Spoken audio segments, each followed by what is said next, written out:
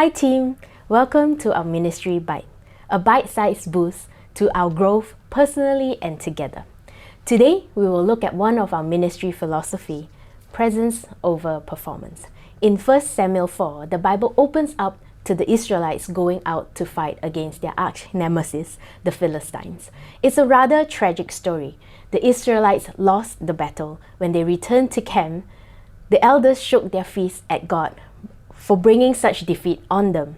And their solution to their loss: let's get the Ark of the Covenant from the temple of God to the battleground. And in their words, so that he may go with us and save us from the hand of our enemies. That sounds like a great idea. Let's bring God in and we will win for sure. How far gone were the Israelites in their wickedness? It was such a sad moment when the Israelites, who were called to be the people of God, set apart and separate from the nations around them, had become like any other pagan nation, like their own enemies, the Philistines.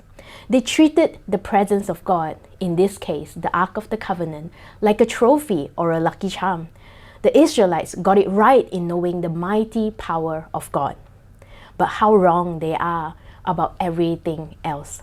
God is not someone you can order around, and the Ark of the Covenant is not a lucky charm you bring into battle.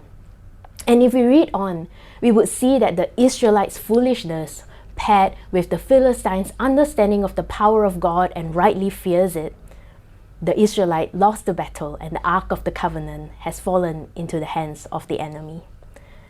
Team, God isn't someone that we summon to do our biddings. God wants to have a relationship with His people. He wants to dwell among His people every single day. We do not need to take Him out of His temple because He made us His temple. What grace! How undeserving are we to have our great King reside in us wretched humans. What love that God draws us close as we draw close to Him. We are carriers of God's presence because He knows and loves us. We are carriers of God's presence because we understand the magnitude of what it means that He is in all things and all things are created for Him. We are carriers of God's presence because He called, saved, and made us His temple.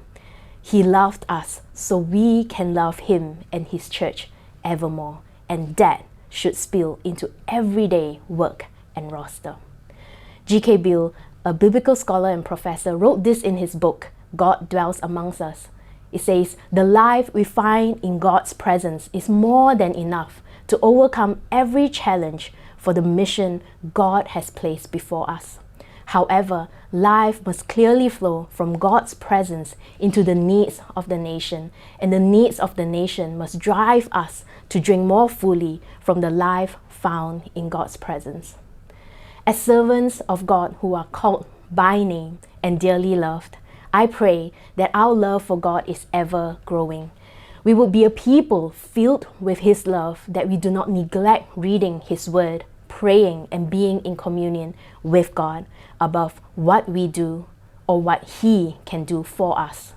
And as our love for Him grows, the impact of God's presence will be hugely and widely felt and experienced in our families, in our ministry, church, schools, workplaces, city, and nations.